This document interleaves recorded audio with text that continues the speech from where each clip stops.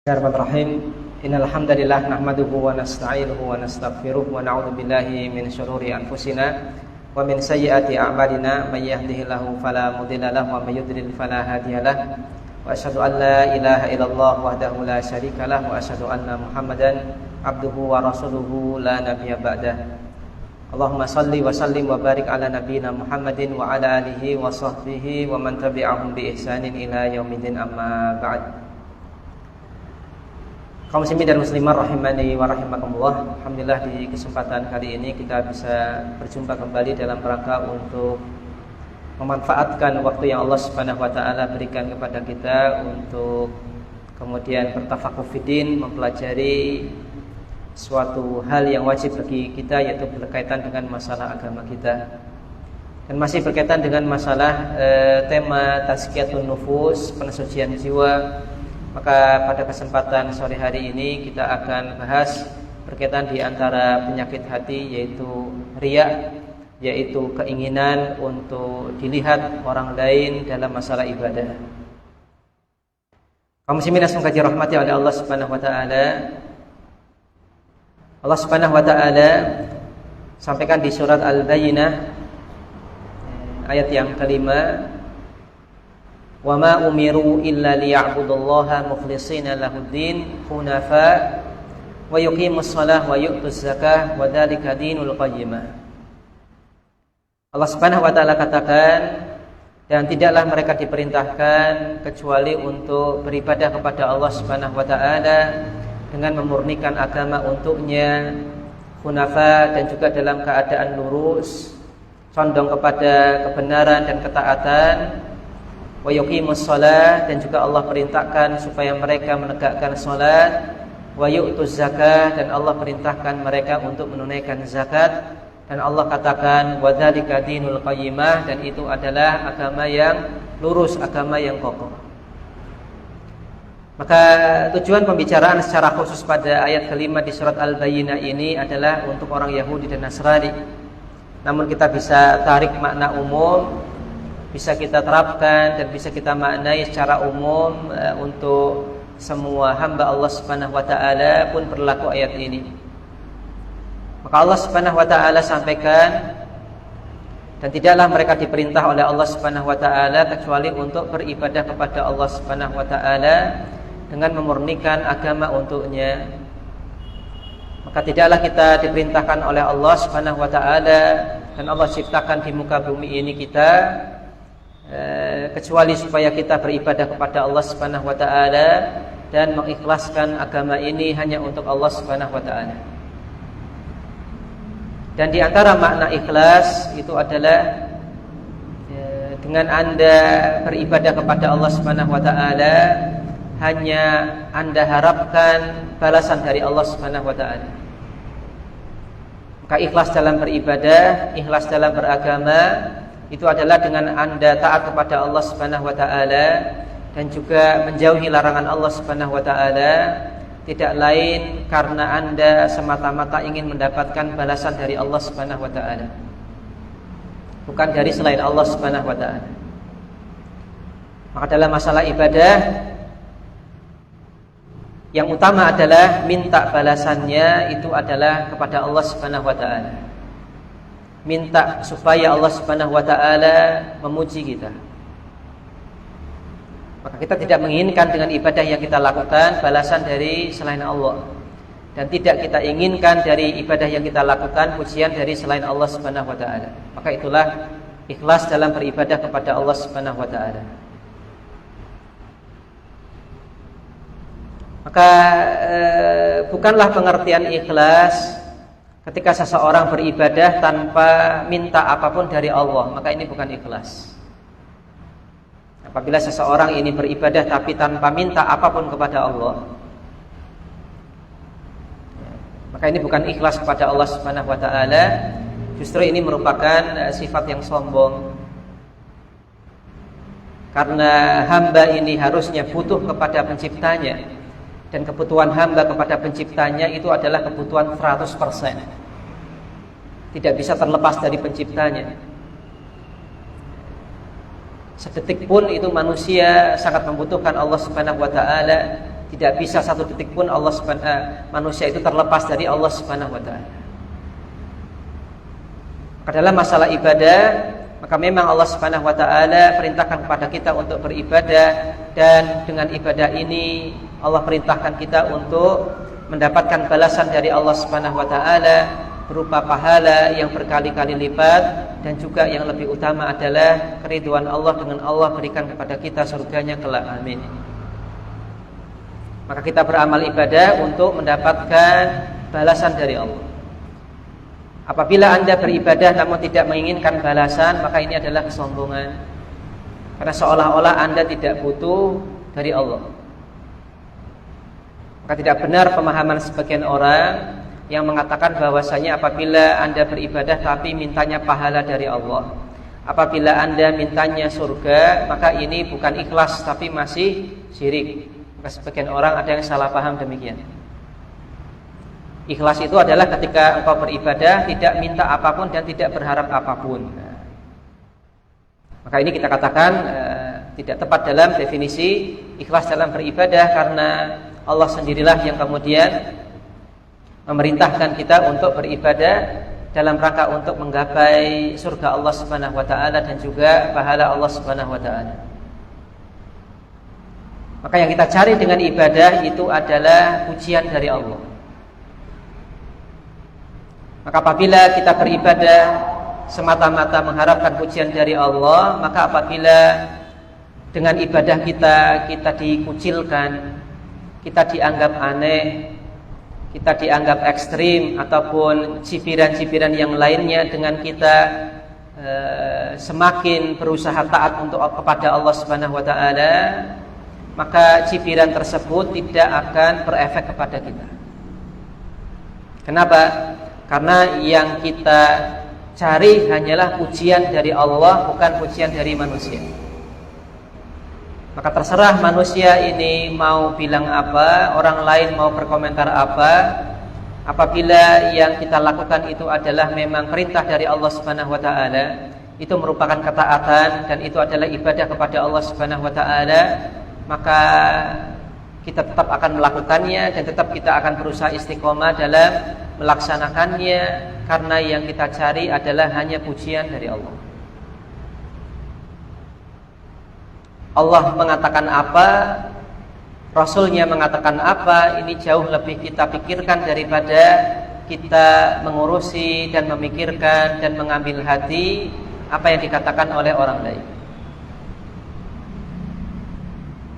Maka kita akan jauh bisa lebih istiqomah dalam beribadah dengan memegang konsep ini, yaitu Anda beribadah tujuannya adalah semata-mata mencari pujian dari Allah Subhanahu wa taala, bukan dari yang lain. Tapi ketika Anda beribadah kepada Allah Subhanahu wa taala, yang harusnya ibadah ini Anda ingin pujian dari Allah, tapi Anda kok ingin dengan ibadah Anda pujian dari orang lain. Pujian dari orang tua Anda, pujian dari teman Anda, pujian dari tetangga Anda, ataupun pujian dari sesama jamaah pengajian, maka amal ibadah yang Anda lakukan itu tercampur dengan noda-noda riya. Karena riya itu adalah melakukan sebuah amal ibadah kepada Allah Subhanahu wa taala yang harusnya ini diniatkan untuk mendapatkan pujian dari Allah, kok Anda niatkan untuk mendapatkan pujian dari orang lain, supaya orang lain itu melihat Anda melakukan ibadah dan orang lain memuji Anda, maka itu adalah di antara bentuk riya.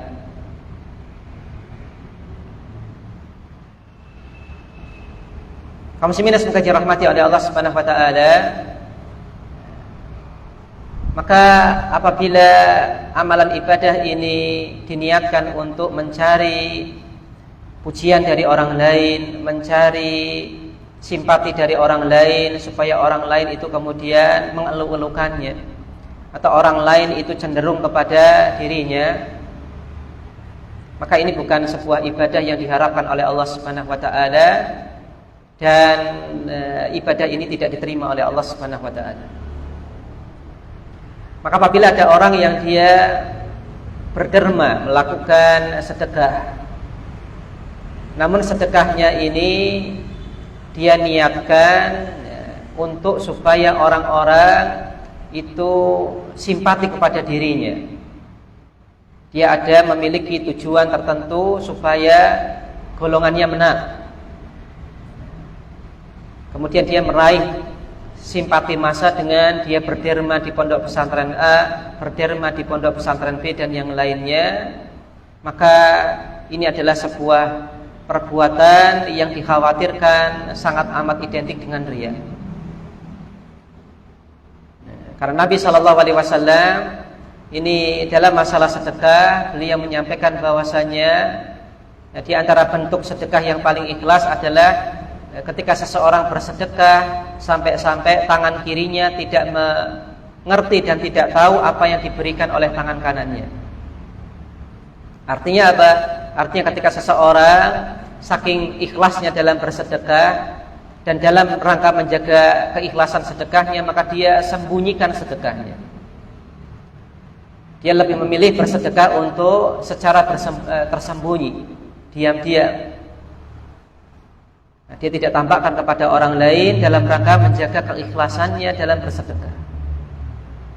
Sampai-sampai karena saking tersembunyinya sedekahnya, Nabi katakan tangan kirinya tidak mengetahui apa yang diberikan oleh tangan kanannya. Qala sallallahu alaihi wasallam. Sampai tangan yang dimiliki oleh orang itu sendiri, yang sebelah kiri tidak tahu apa yang diberikan tangan kanan. Maka ini merupakan ibarat dari Nabi Shallallahu Alaihi Wasallam menunjukkan betapa orang ini menjaga keikhlasan sedekahnya, yang mana dia berusaha yang mengetahui sedekah ini ya antara dia dengan Allah saja, antara tangan yang memberikan sedekah dengan dirinya dan Allah saja, yang lain tidak perlu tahu. Sampai sebagaimana kita ketahui di antara kebiasaan Umar ibn Khattab radhiyallahu anhu ketika beliau menjadi Amirul Mukminin adalah keluar di malam hari untuk kemudian melakukan inspeksi dan juga melakukan pengamatan kepada masyarakat kaum muslimin. Siapa tahu ada yang membutuhkan pertolongan, maka Umar ibn Khattab langsung bisa membantunya dengan tangan beliau sendiri. Sebagaimana kisah yang ma'ruf didengar oleh kaum muslimin bahwasanya suatu ketika Umar bin Khattab melakukan kebiasaan beliau, kemudian di sebuah rumah dijumpai ada seorang ibu sedang memasak batu, kemudian di samping kanan dan kirinya itu ada anak-anaknya yang menangis kelaparan. Kemudian ditanya oleh Umar bin Khattab, "Wahai ibu, kenapa Anda kok masak batu?" Maka sang ibu cuma menjawab, "Ini cuma untuk ngedem-ngedemkan anak saya yang kelaparan." Ya, kemudian sang ibu itu kemudian mengeluhkan pemimpinnya ketika itu, padahal pemimpinnya itu adalah Umar ibn Khattab dan ada di hadapan ibu tersebut. Yang intinya Umar itu kurang adil dalam memberikan pembagian dan yang lain. Maka Umar ibn Khattab langsung pulang membawa gandum sekarung dan dia radhiyallahu anhu panggul sendiri, kemudian dia berikan kepada sang ibu tanpa kemudian menyebutkan identitas beliau bahwasanya beliau adalah Umar ibn Khattab.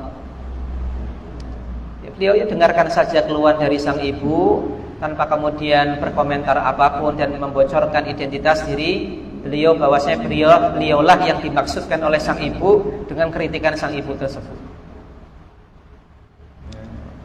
Umar cukup sederhana dalam bersikap, pulang, ambil gandum, dikasihkan, sudah selesai. Tanpa diketahui oleh sang ibu bahwasanya yang ngasih gandum itu Umar. Maka sikap yang demikianlah yang perlu kita teladani dalam beribadah kepada Allah Subhanahu wa taala.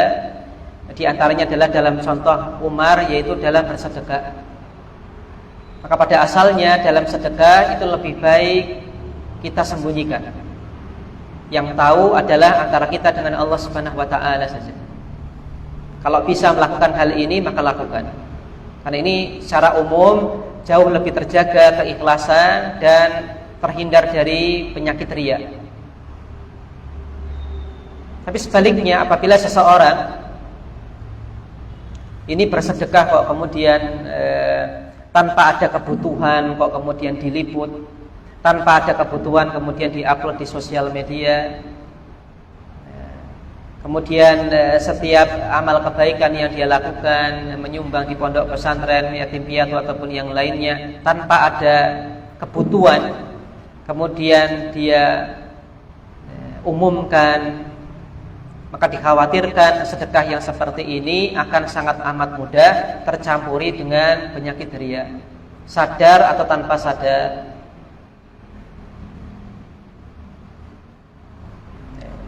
Kami katakan tanpa kebutuhan. Artinya apa? Artinya kalau memang dibutuhkan untuk diliput sebagai dokumentasi, pelaporan dan yang lainnya, maka ya kita liput, kita dokumentasi. Maka tidak masalah. Karena apa? Ada kebutuhan. Tapi kalau tidak ada kebutuhan yang mendesak untuk kemudian diliput dan didokumentasi, dan ini adalah sedekah-sedekah pribadi kita, maka yang sangat amat dianjurkan itu adalah sedekah dengan sembunyi-sembunyi, tidak dengan terang-terangan. Kecuali ada faedah-faedah yang lain yang ini memungkinkan bagi kita untuk kita katakan ya terang-terangan nggak masalah. Tapi pada asalnya adalah dengan sembunyi-sembunyi. Contoh yang lain, banyak kisah di antara ulama salaf kita jumpai bahwasanya ketika mereka menjadi pasukan mujahidin jihad fisabilillah, di tengah-tengah perjalanan ketika mereka beristirahat, maka ada di antara ulama salaf yang kemudian sambil berjaga malam, kemudian dia isi malamnya gantian dengan temannya, kemudian dia memilih tempat yang sepi dan tidak dilihat oleh orang lain, kemudian dia lakukan sholat malam di situ. Sampai kemudian ada salah seorang temannya yang penasaran, ini kok kawan saya setiap gantian jaga dia kok menghilang, nggak tidur bersama temannya yang lain tapi kok menghilang. Kemudian akhirnya dibuntiti. Maka dikuntit, ya, ini kemana ya si fulan ini? Maka diketahuilah bahwasanya si fulan ini ya, ternyata memilih tempat yang sepi di tengah semak-semak atau semak belukar yang cukup tinggi-tinggi sehingga tidak kelihatan oleh orang lain, dan dia lakukan salat malam di situ tanpa diketahui oleh seorang pun juga. Kemudian di tengah-tengah sholat yang dikuntiti ini akhirnya menyadari bahwasanya ada yang menguntit. Kemudian dia pesan kepada kawannya yang mengetahui kebiasaan dirinya, berpesan, jangan Anda cerita-ceritakan apa yang saya lakukan kepada orang lain kecuali setelah saya meninggal. Jangan pernah Anda ceritakan apa yang Anda lihat terhadap tentang diri saya, kebiasaan saya ini, kecuali setelah saya meninggal. Maka meninggallah ulama salaf ini, kemudian barulah dicerita-ceritakan tentang kisah beliau rahimahullahu ta'ala. Dan banyak kisah seperti ini yang dikisahkan oleh para ulama, yang ini menunjukkan kepada kita bahwasanya para ulama ini sangat amat berhati-hati dalam masalah ibadah, menjaga keikhlasan, jangan sampai kemudian tercampuri oleh penyakit riya, ingin dilihat orang lain ketika beribadah kepada Allah Subhanahu wa taala. Mereka sangat amat anti dan sangat amat menjaga diri dari hal ini.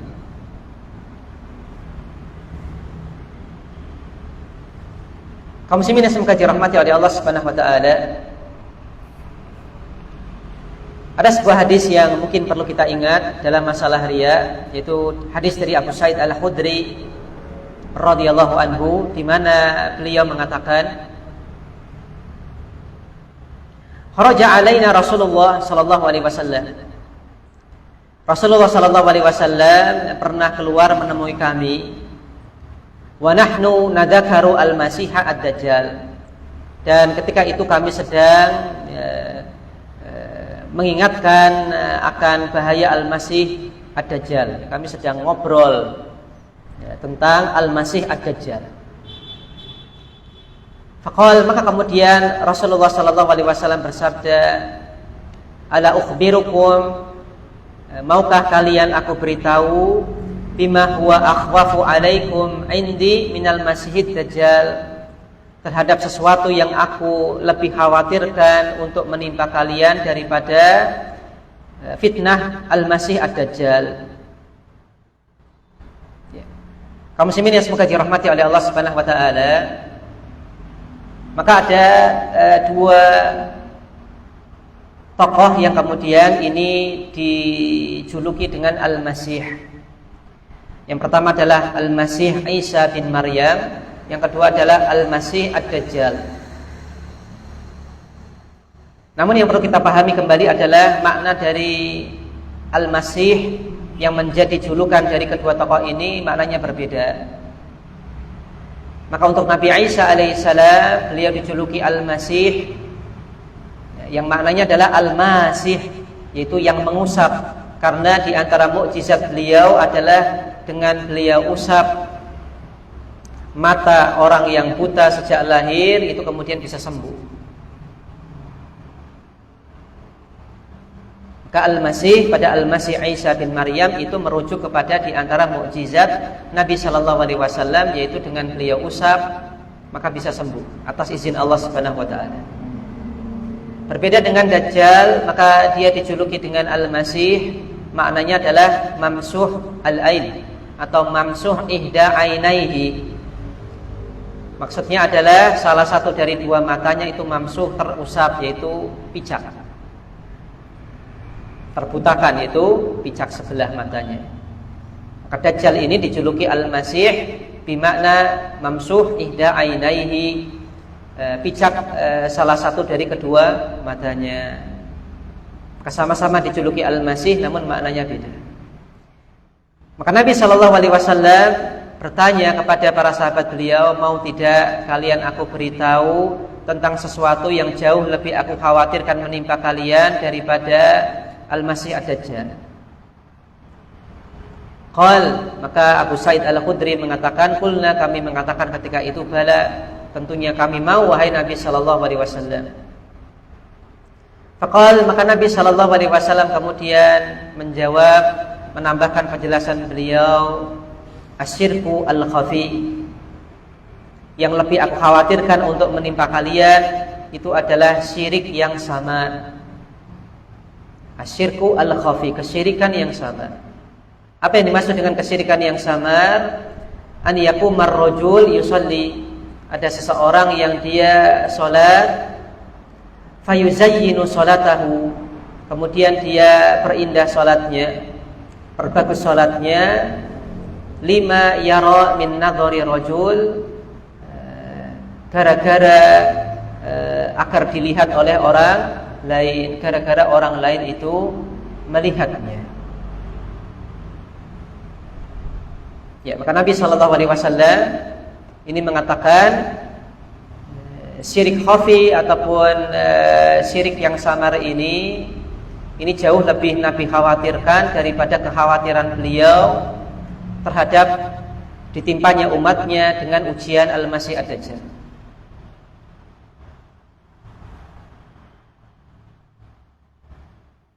Padahal Al-Masih Ad-Dajjal itu fitnahnya luar biasa.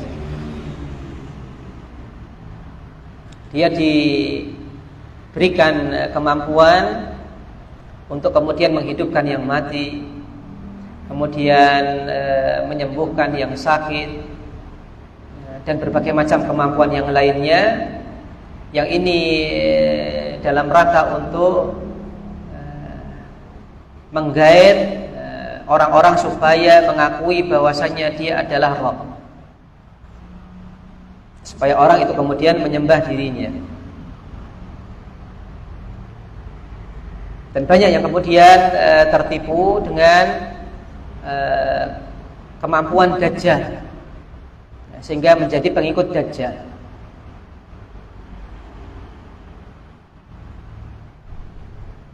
Yang kemudian kita ketahui ada salah seorang pemuda yang kemudian bertemu dengan Dajjal. Dajjal menyuruh pemuda tersebut untuk beriman kepada Dajjal, namun kemudian sang pemuda tidak mau, akhirnya dibunuh oleh Dajjal. Setelah dibunuh, kemudian Dajjal hidupkan lagi pemuda ini, kemudian tanya lagi kepada sang pemuda, sudahkah kamu lihat aku bisa menghidupkanmu kembali, maukah engkau beriman kepadaku? Maka sang pemuda pun mengatakan, justru karena dengan engkau menghidupkan aku kembali, aku semakin yakin bahwasanya engkau adalah Dajjal. Karena sang pemuda tersebut tahu ciri-ciri Dajjal dari hadis Nabi Shallallahu Alaihi Wasallam.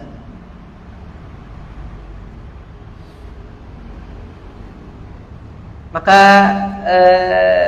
Dajjal ini yang fitnahnya, ujiannya, dan musibahnya dan bencananya yang ditimbulkan oleh Dajjal laknatullah alaihi ini adalah sebuah hal yang luar biasa. Namun ternyata Nabi lebih mengkhawatirkan umatnya tertimpa syirik khafi, syirik samar. Kenapa demikian? Karena diantara sebabnya, kalau Dajjal itu jelas, Dajjal itu jelas, nyata dia. Bahkan orang yang beriman ini bisa melihat tanda ciri khas Dajjal. Selain picak sebelah matanya, ada tulisan kafara di dahinya.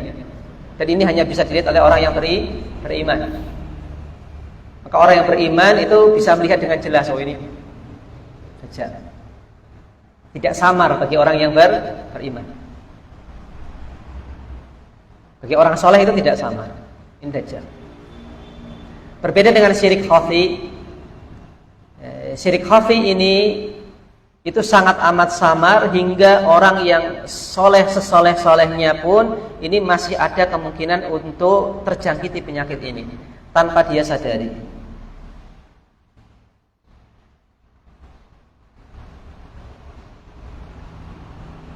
Dan penyakit ini menjangkiti ketika seseorang itu beribadah kepada Allah. Ini mungkin yang perlu kita garis bawahi. Riya ini adalah ranahnya ibadah. Riya ini adalah ranahnya ibadah.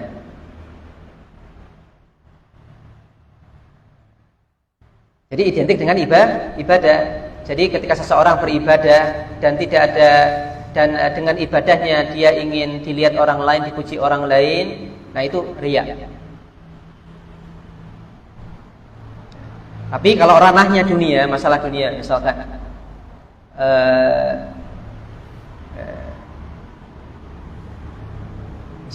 dia rajin belajar, ya rajin belajar, rajin ngerjain tugas kuliah misalkan,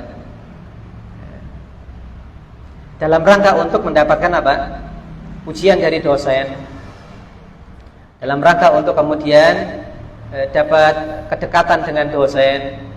Maka apakah ini adalah riya? Jawabannya bukan. Ini bukan riya. Kemudian dia ingin supaya dipuji sama kawannya. Wah, ini mahasiswa teladan dan yang lainnya. Apakah ini ranahnya riya? Jawabannya bukan. Karena seseorang itu mengerjakan tugas kuliah dan yang lainnya itu identik dengan urusan duniawi, maka ini tidak berkaitan dengan masalah ibadah. Maka ini masuknya ke dalam yang menginginkan ya pujian dari orang lain untuk duniawi yang dia usahakan. Jadi tidak termasuk dalam riya.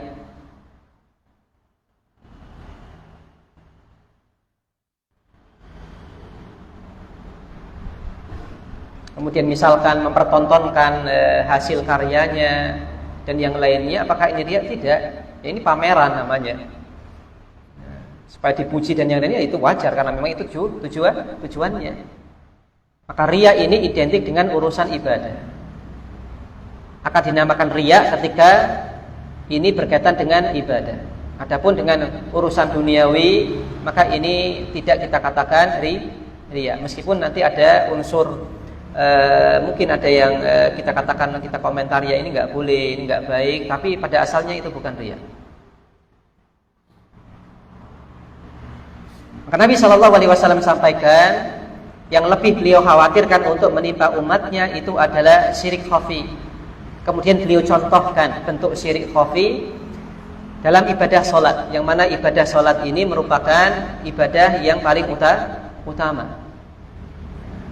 Maka Nabi contohkan dengan sholat.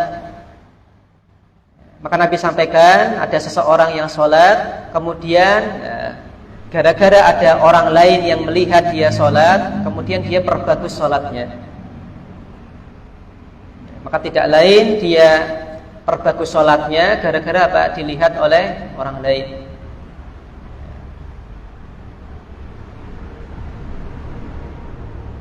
Maka inilah yang dikatakan oleh Nabi SAW sebagai syirik khafi.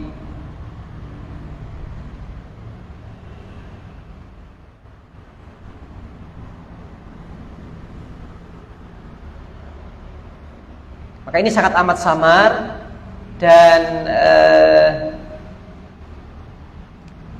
karena sholat ini kita lakukan setiap hari, maka sangat amat mungkin untuk dalam sholat yang kita lakukan kita terjangkiti oleh penyakit ini.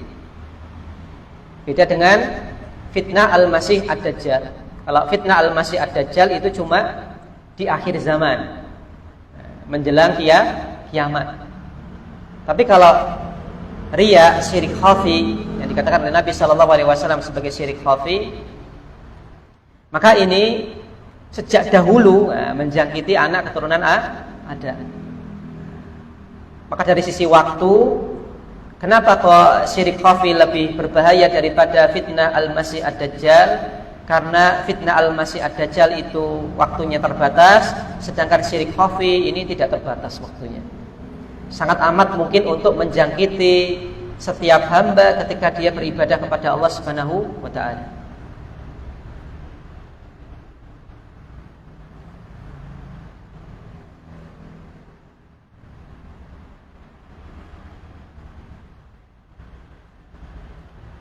Kaum muslimin yang semoga dirahmati oleh Allah Subhanahu wa ta'ala, maka riya dinamakan riya karena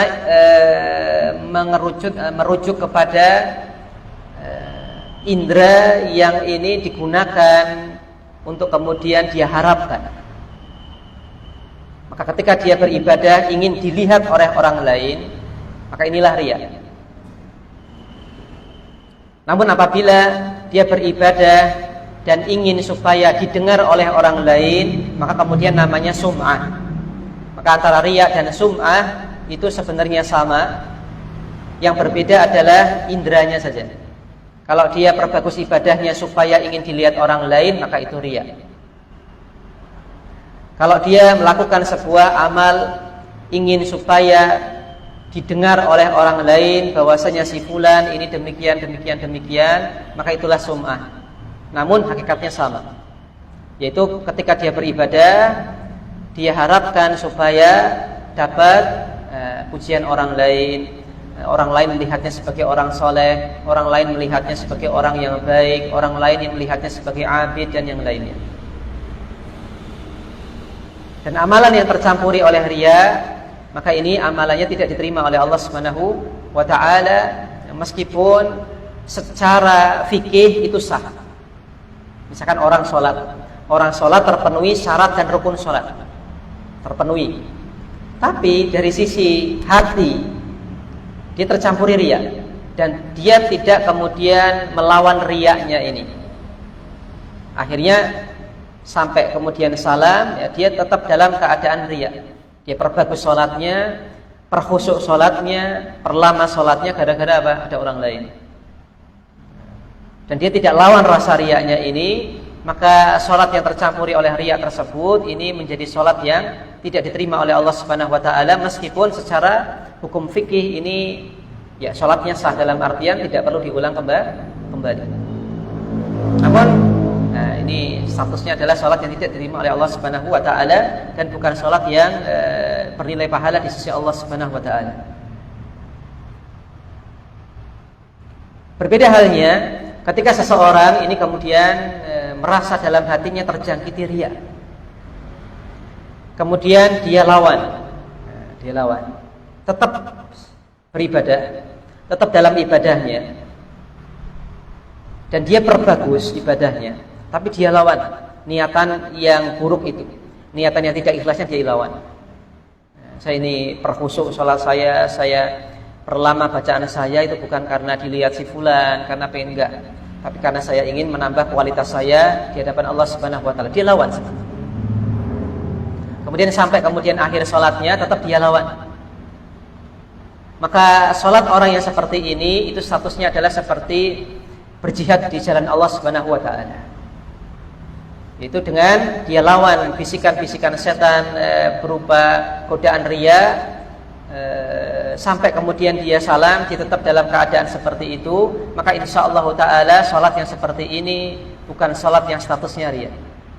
Asalkan apa dilawan, tidak diperturutkan. Kalau diperturutkan, nah ini yang tidak berpahala. Namun ketika dilawan hatta sampai kemudian salam, dia masih berusaha melawan rasa riyanya dan bisikan dari setan untuk riya, maka inilah yang dikatakan sholat sebagai statusnya berjihad di jalan Allah.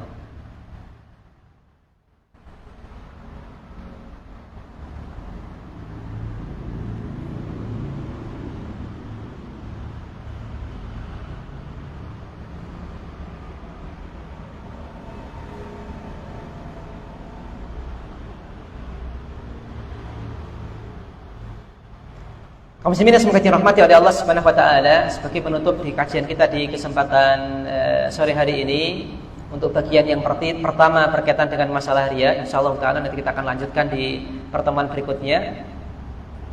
Ada sebuah nasihat dari Ali bin Abi Thalib, yang ini beliau menyampaikan ada 3 ciri utama orang yang dia terjangkiti penyakit riya dalam ibadahnya. Yang pertama beliau sampaikan, di antara ciri utamanya adalah ketika dia sendirian dalam ibadah, maka dia malas. Dia malas beribadah ketika dalam keadaan sendirian. Kemudian ciri yang kedua, sebaliknya, jika di hadapan orang lain, maka dia menampakkan semangat dalam ibadah.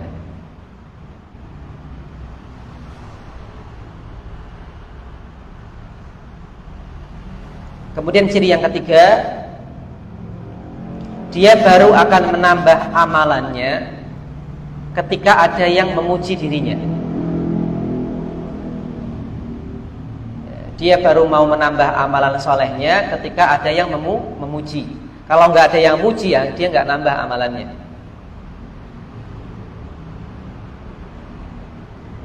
Maka apabila misalkan kalau untuk ini kemudian satu hal yang mungkin perlu kita jadikan catatan penting, untuk ibadah-ibadah yang memang kita harus berjamaah, maka ya kita lakukan berjamaah. Jangan kemudian dengan alasan saya takut riya, kemudian Anda tidak sholat jamaah. Ini malah godaan setan ini. Kalau sholat jamaah ya jamaah. Jangan sampai kemudian menjadikan alasan, Pak sholat sendirian di rumah munfarid lebih terjaga keikhlasannya daripada saya sholat jamaah nanti malah riya.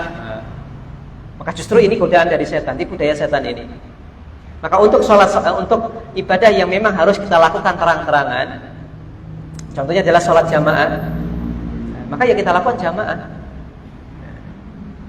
Nah terus kalau riya gimana? Ya gampang. Ketika Anda merasa diri Anda riya, lawan itu ketika Anda sholat. Dan mohon pertolongan kepada Allah Subhanahu wa taala supaya Anda diselamatkan dari penyakit riya. Maka contoh yang utama dalam masalah ini adalah berkaitan dengan masalah ibadah sunnah.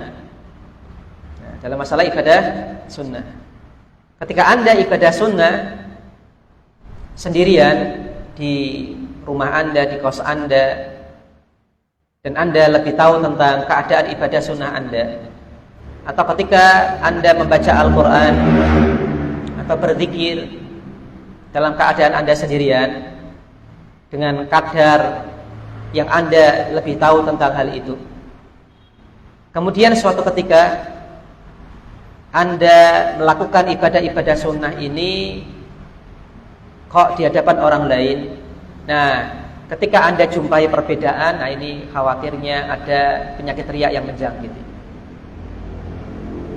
Nah, biasanya sholat duha kalau di kos mung 2 rakaat, bukan mung ya, 2 rakaat. Nah, kalau ada mung hanya ini seolah meremehkan, tidak heralat, maksud saya 2 rakaat.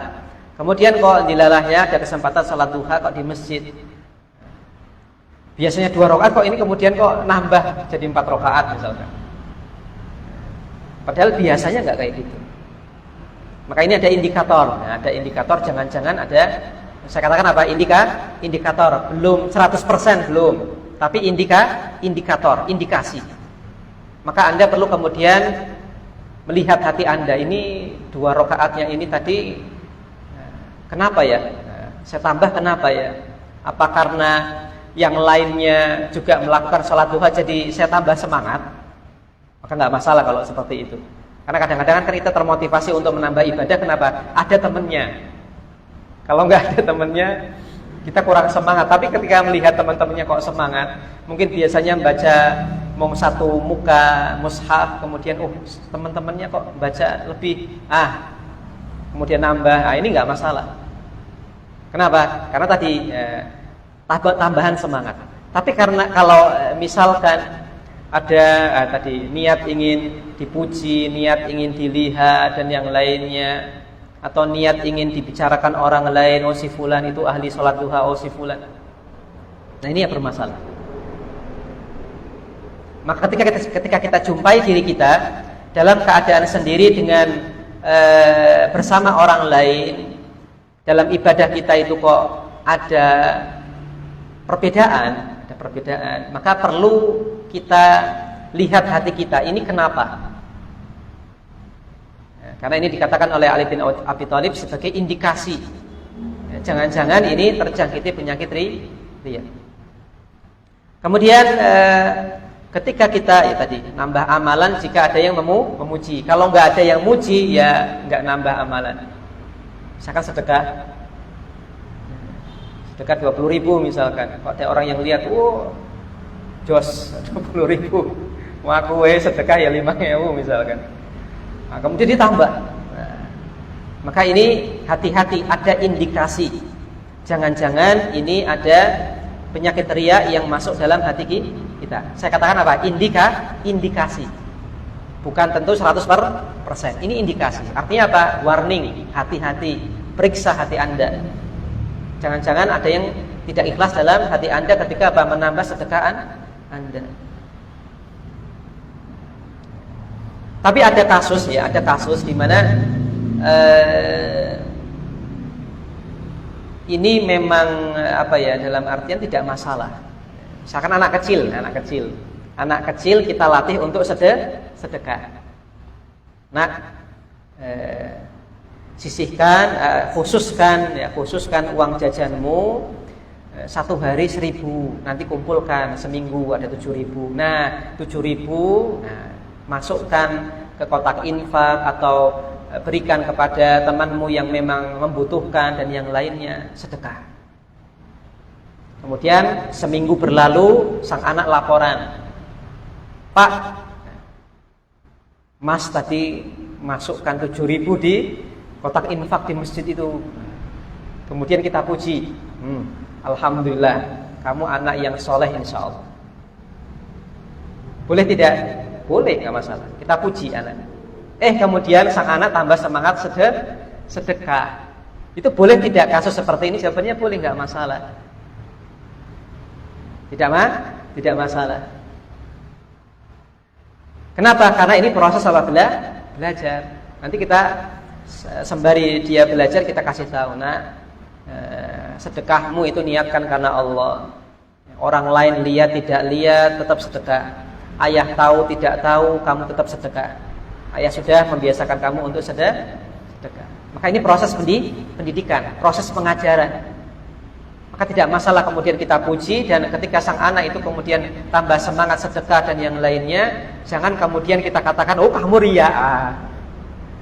Ini tidak tepat. Biarkan. Dia masih belajar, dia masih senang-senangnya untuk kemudian dipuji. Oh ini Saya melakukan kebaikan, saya disupport oleh orang tua saya, tak tambah. Kemudian kita motivasi, kalau kamu tambah ikhlas, selain juga tambah banyak sedekahnya, nanti Allah akan berikan pahala yang banyak. Kemudian dia nambah lagi ya, sedekahnya. Maka ini tidak masalah kasus seperti ini. Maka tadi kami sampaikan ya, ini indikasinya. Indikasi yang pertama adalah malas ketika sendirian, yang kedua ketika di hadapan orang lain malah tambah semangat, yang ketiga enggak mau nambah amalan kecuali jika mendapat pujian. Maka ini adalah di antara indikasi yang disampaikan oleh Ali bin Abi Thalib tentang orang yang terjangkiti penyakit riya. Kami katakan apa? Indikasi. Belum tentu juga 100%. Artinya apa? Kita diwanti-wanti ketika kita merasa diri kita seperti ini, periksa hati Anda. Ya, mungkin demikian yang bisa kami sampaikan di kesempatan sore hari ini. Wallahu a'lam. Kami cukupkan, insyaallah taala kita akan teruskan di bagian yang kedua di pertemuan berikutnya. Wassallallahu ala nabiyyina Muhammadin wa ala alihi wa sahbihi wasallam. Subhanakallahumma wa bihamdik asyhadu an la ilaha illa anta astaghfiruka wa atubu ilaik. Wassalamualaikum warahmatullahi wabarakatuh.